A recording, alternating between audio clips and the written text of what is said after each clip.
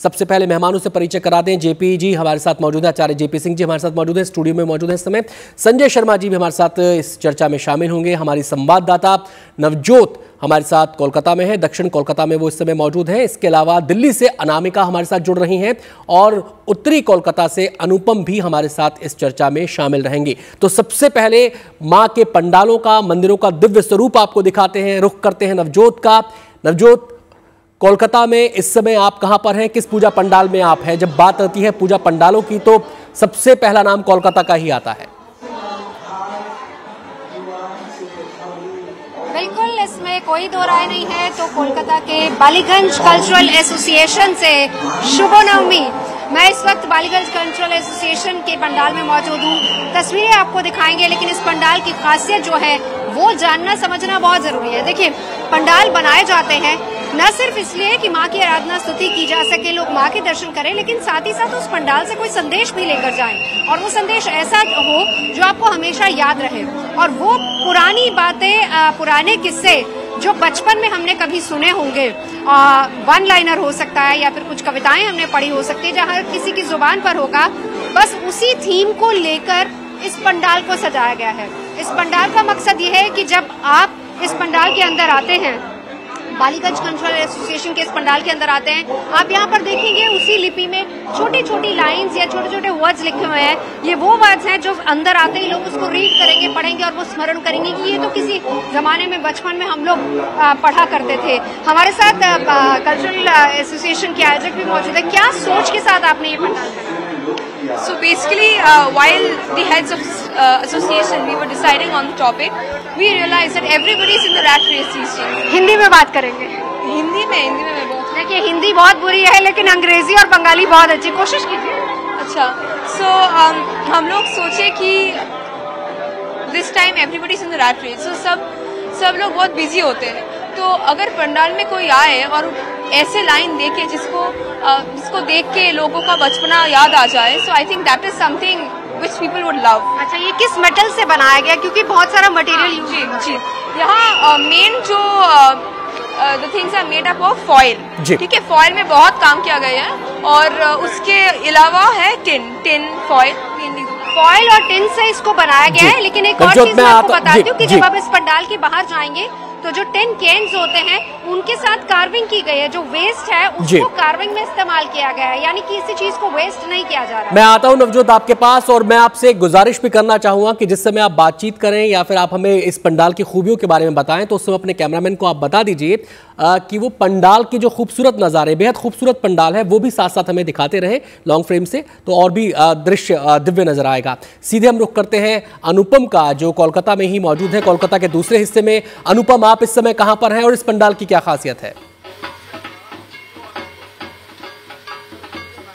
जी देखिए, मैं इस वक्त साउथ कोलकाता के नॉर्दर्न पार्क में हूं और ये पारंपरिक पूजा है। सबसे पहले मैं आपको देवी दिखाता हूं, जो पारंपरिक देवी होती है। महानवमी के दिन आप देवी का स्वरूप देख सकते हैं। दिव्य स्वरूप जो है वो यहाँ पर देखने को मिल रहा है। काफी खूबसूरत देवी प्रतिमा है यहाँ पर, एक तरह से जीवंत प्रतिमा, जो यहाँ पर कहा जाता है कि ये 3-4 दिनों तक, जब तक विसर्जन नहीं होता तब तक जो एक चेहरे पे जो दिव्यता होती है वो एक जीवंत हो जाती है। तो ये स्वरूप हम यहाँ पर देख रहे हैं और यहाँ पर काफी लोग हैं जो किस तरह से यहाँ पर दुर्गा पूजा और आज खास तौर पर महानवमी मनाई जाएगी उसके बारे में बताएंगे। अभी पूजा पाठ किस तरह से होगा वो थोड़ा हमें बताएं। पहले तो महानवमी की शुभेच्छा आपको और आजकल के सारे सदस्यों को।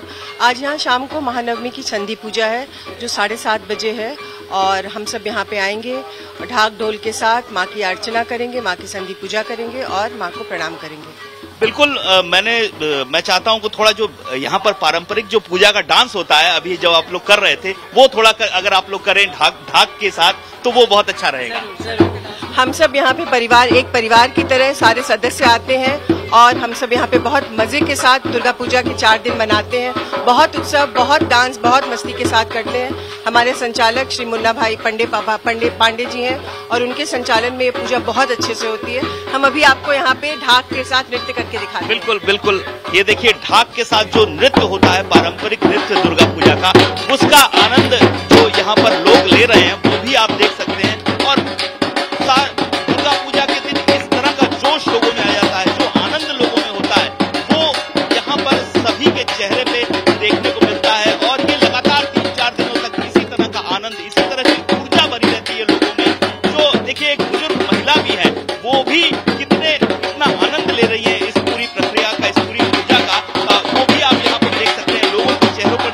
है वो ये जो 4 दिन होते हैं पूजा के वो बेहद हसीन होते हैं यहाँ पर। खासतौर पर बंगाल की जो दुर्गा पूजा है वो आपको मैं बताऊं इस साल जो ट्रांजैक्शन बताया जा रहा है वो 40,000 करोड़ रुपए का ट्रांजैक्शन बताया जा रहा है पूरे कोलकाता और पश्चिम बंगाल में दुर्गा पूजा को लेकर, और लगभग 2 से 3 लाख लोग यहाँ पर इसमें इन्वॉल्व हैं। तो ये जो थीम बेस्ड पूजा है, कहीं पारंपरिक पूजा है, उसका जो ये स्वरूप है ये अब इतना बड़ा हो चुका है कि दूर दराज से इस बार लगभग 17,000 से 20,000 विदेशी सैलानी यहाँ पहुंचे हैं दुर्गा पूजा देखने के लिए। और यही सब जो आनंद है, मजा है, जो नाच है, नृत्य है, जो पूजा अर्चना है और जो तरीका है वो यहाँ पर खास है, वो ट्रेडिशनल है, पारंपरिक है। और बंगाल का जो आर्ट है उसके दर्शन यहाँ पर बहुत अच्छे से होते हैं।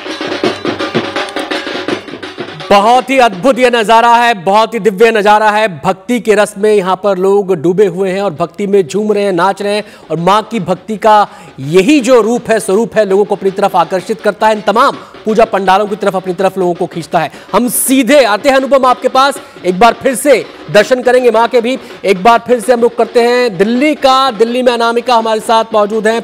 अनामिका, कोलकाता में तो माँ की भक्ति में लोग डूबे हुए हैं, पूजा पंडालों में रौनक ही रौनक दिखाई दे रही है। इस समय दिल्ली में आप कहां पर हैं और वहां पर किस तरीके से लोग मां के चरणों में शीश नवा रहे हैं?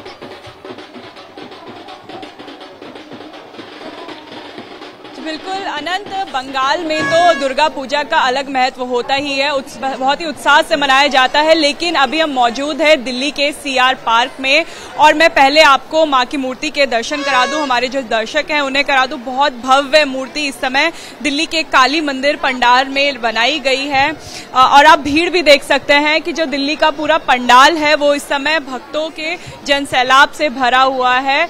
ये जो 4 दिन है, हर कोई कोशिश करता है कि दिल्ली के जितने बंगाली समाज के लोग हैं वो यहाँ आए और दुर्गा पूजा मनाएं। इस समय थोड़ी देर पहले यहाँ पे हवन हुआ, माँ का हवन हुआ, नवमी का हवन हुआ। इसके बाद 6:30 बजे माँ की आरती की जाएगी और फिर उसके बाद धुनुची नृत्य किया जाएगा। धुनुची नृत्य के बारे में अगर हम आपको बताएं तो वध से पहले माँ ने शक्ति पाने के लिए धुनुची नृत्य किया था और वो थोड़े समय बाद वो नृत्य यहाँ पे होगा जो हम अपने दर्शकों को भी दिखाएंगे। कुछ लोगों से भी हम बात करने की कोशिश करेंगे। आज के दिन का अगर आप महत्व बता सके। और आज के दिन का महत्व जो है कि आज के दिन नवमी के दिन माँ का मतलब ऐसी, कल दशमी है तो लास्ट वाला दिन यही माना जाता है। तो आज का जैसे स्पेशलिटी यज्ञ होता है, तो उसके बाद फिर शाम के टाइम आरती होगा, फिर लेडीज, फिर जेंट्स। पार्क में जो है हर कोई दिल्ली के लोग आना चाहते हैं। जी बिल्कुल, मैं आता हूं अनामिका आपके पास। तो हमारे 3 संवाददाता, 2 मेन कोलकाता से और एक दिल्ली के उस हिस्से से जिसको दिल्ली में मिनी कोलकाता कहा जाता है, यानी कि सीआर पार्क। कोलकाता की मिनी कोलकाता की झलक सीआर पार्क में आपको देखने को मिलेगी। वैसा ही माहौल आपको देखने को मिलता है जैसा कि बंगाल में नवरात्र के दिनों में देखने को मिलता है। अनामिका आपके पास भी आएंगे, नवजोत के पास भी चलेंगे और अनुपम आपसे भी बातचीत के सिलसिले को आगे बढ़ाएंगे। लेकिन अभी रुख करते हैं आचार्य जेपी सिंह जी का। जेपी जी, आज नवरात्र संपूर्ण हुए, आज लोगों ने कन्या पूजन किया और उसके बाद नवरात्र का समापन हो गया। लेकिन बहुत सी ऐसी बातें हैं, पूजा विधि के बाद, विधि विधान के बाद शाम की पूजा भी होनी है, उसका विधि विधान भी लोग जानना चाहते हैं। लेकिन जो बोते हैं एक पात्र के अंदर, लोगों के जहन में कुछ एक ऐसी बातें हैं जो जानना चाहते हैं कि जो हम पुष्प अर्पित करते हैं उनका क्या करना चाहिए नवरात्र खत्म होने के बाद। सर्वप्रथम सबको सादर प्रणाम और माँ का आशीर्वाद सबको मिले और माँ सिद्धदात्री सबकी मनोकामनाओं को पूर्ण करे और सबकी इच्छा पूर्ण करे। यही मनोकामना के साथ मैं आज अपनी बात रखूँगा कि देखिए, यहाँ सबसे महत्वपूर्ण बात है कि आपने जो 9 दिन तप किया, नवमी का अपना एक जो सबसे बड़ा महत्व है कि 3-3-3 अगर आप गुना करें तो यहाँ जमा करते हुए आपके सामने 9 अंक आता है और नवमी अपने आप में पूर्ण है, 9 पूर्ण अंक माना गया। और माँ सिद्धदात्री यहाँ पर सबको आशीर्वाद देने के लिए, सबकी मनोकामना सिद्धि को पूर्ण करने वाली सिद्धदात्री। अब ऐसी स्थिति में कोई व्यक्ति ये पूछे कि मेरी मनोकामना कौन पूरी करे, कैसे पूरी करे, तो मैं कहूँगा कि वो मूर्ख जीवन भर नहीं पा पाएगा। यहाँ देखिए, आज देश में क्या, विदेशों में भी लोग नवरात्र को मना रहे हैं और जान रहे हैं और उसकी पूजा विधि को समझना चाहते हैं। जैसे आपने बहुत अच्छा प्रश्न पूछा कि क्या करें, हम जो खेतरी बीजते हैं उसका क्या करें, फूलों का क्या करें। तो ध्यानपूर्वक ध्यान रखिए, नवमी के दिन उनको नहीं हटाना है, आपने दशमी के दिन हटाना है। और प्रातःकाल अगर अपने हाथ से विसर्जित कर सकें तो अच्छी बात है, या थोड़े किसी ऊंचे स्थान पे पूजा स्थल पर आप उसे रख सकते हैं। और पुष्पों को अगर विसर्जित कर सकें तो अच्छी बात है, नहीं कर सकते तो किसी खुले स्थान में जाकर जहाँ किसी के पैर ना पड़ते हों वहाँ खड्डा खोदकर गाड़ दीजिए उसको। ऐसे कहीं पैरों में मत पड़ने दीजिए, या कहीं ऐसी जगह मत डालिए जो उठाकर बाद में कूड़े में डाल दें, क्योंकि आपकी ही तपस्या का फल है वो। तो इसलिए ध्यान रखिए इन सारी विधियों का। कारण क्या है कि आपने पूजा विधि करी, सब कुछ किया, पर अंत में कई बार हम जल्दबाजी कर जाते हैं। कई लोग तो यहाँ तक करते हैं कि नवरात्रि में लहसुन प्याज नहीं खाते, और नवमी करके कंजके पूज कर हम कहते हैं जी हम लहसुन प्याज खा लेते हैं। भूल के भी मत करिएगा। कारण क्या है, नवरात्र 9 दिन से बनते हैं, तो 9 दिन पूर्ण होकर ये ना हो कि पूरा पार करके अंत में आके हम डूब जाएं या अंत में आके गलती कर जाएं।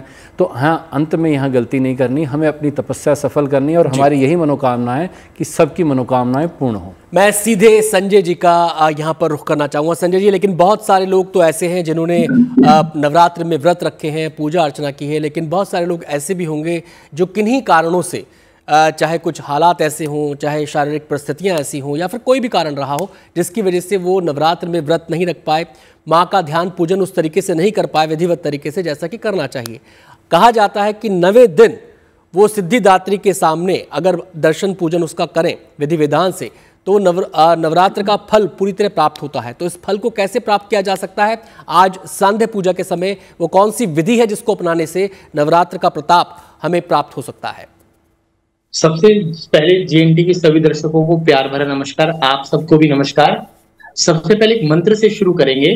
या देवी सर्वभूतेषु सिद्धि रूपेण संस्थिता, या सिद्ध दायत्री रूपेण संस्थिता, नमस्तस्यै नमस्तस्यै नमस्तस्यै नमो नमः। इस मंत्र को नमस्तस्यै नमस्तस्यै नमस्तस्यै नमो नमः अगर अपने मुख से बोल देंगे तो माँ जो है पूजा को स्वीकार कर लेती है। शाम का समय अभी अमृत वेला प्रारंभ हो जाएगी, और शाम को जो है 4:30 बजे से लेकर 6 बजे तक अगर आप पूजा करते हैं और माँ के 3 कलर का ध्यान करते हैं, लाल, पीला और बैंगनी, क्योंकि सिद्ध गायत्री का जो कलर है वो यही कलर है।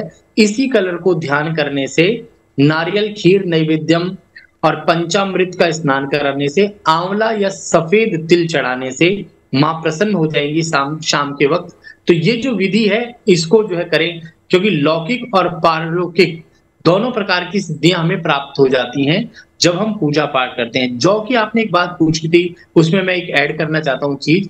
जौ जो है साक्षात अन्न का प्रतीक है। जब आप बोते हैं किसी भी जौ को, वो जब प्रफुल्लित होता है, बढ़ जाता है, तो उस जौ का प्रयोग जो है आप माँ को अर्पित कर सकते हैं, क्योंकि वो आपने अन्न पैदा किया है। उस अन्न को माँ को चढ़ाएं, अपनी तिजोरी में रखें, घर में रखें। उसको हम ज्वारे भी कहते हैं, तो जौ भी कहते हैं, ज्वारे भी कहते हैं, और आखिरी में जल में प्रवाह करते हैं, क्योंकि जल से ही जीवन बना है। तो आज का दिन बड़ा महत्वपूर्ण है। एस्ट्रो तक ऐप पर आपको मिलेगा भविष्य से जुड़े हर सवाल का जवाब। डाउनलोड कीजिए एस्ट्रो तक ऐप और चुटकी में जुड़िए इंडिया के बेस्ट एस्ट्रोलॉजर से।